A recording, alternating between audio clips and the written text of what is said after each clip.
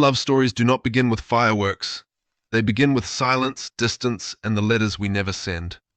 This is the story of Aidan and Mila, two souls meant to meet, destined to drift. On her last day, she went to the library hoping he would stop her. Tell her to stay. Tell her he loved her. Tell her something. Aidan came. He stood before her and said the safest thing he could think of. Take care of yourself. Her heart cracked.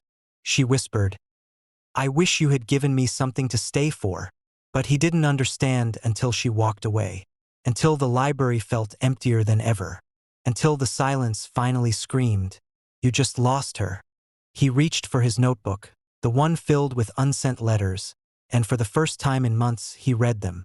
Every word was everything he never said, everything she never heard, everything that could have saved them. Life moved, time passed, but love remained. Aidan kept writing letters to Mila even after she left. Letters for her birthdays. Letters for her heartbreaks he would never witness. Letters for the life she lived without him. He never mailed any. Mila traveled the world. Her photography won awards. Her life looked beautiful. But her heart never found the home she once felt in a quiet library beside a boy who never spoke his truth. She kept looking for him in crowded airports, silent cafes, and old libraries in foreign cities. But he was never there. 5 years later, Mila returned home for a photography exhibition. She didn't plan to see Aidan.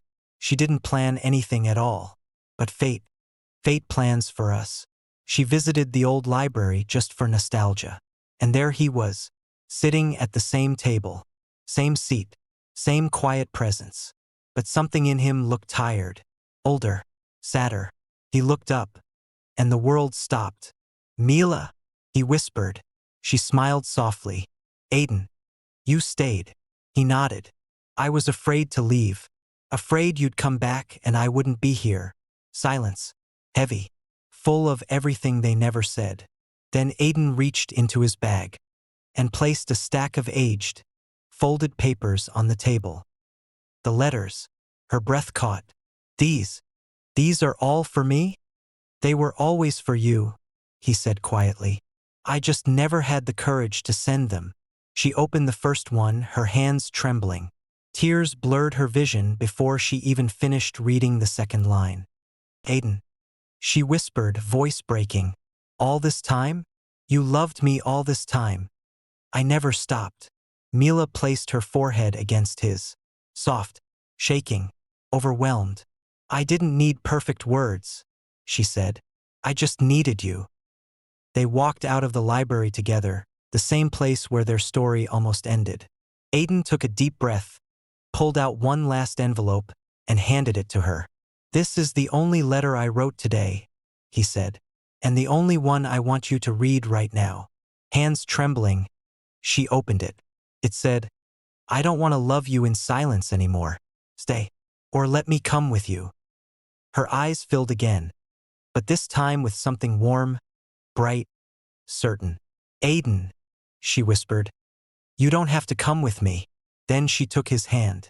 Because I'm staying. He pulled her close, finally holding the woman he had loved in letters, in silence, in distance, and in time. The kiss wasn't dramatic. It wasn't rushed. It was soft, the kind of kiss that belongs to people who already know the ending. They're home. They're found. They're done searching.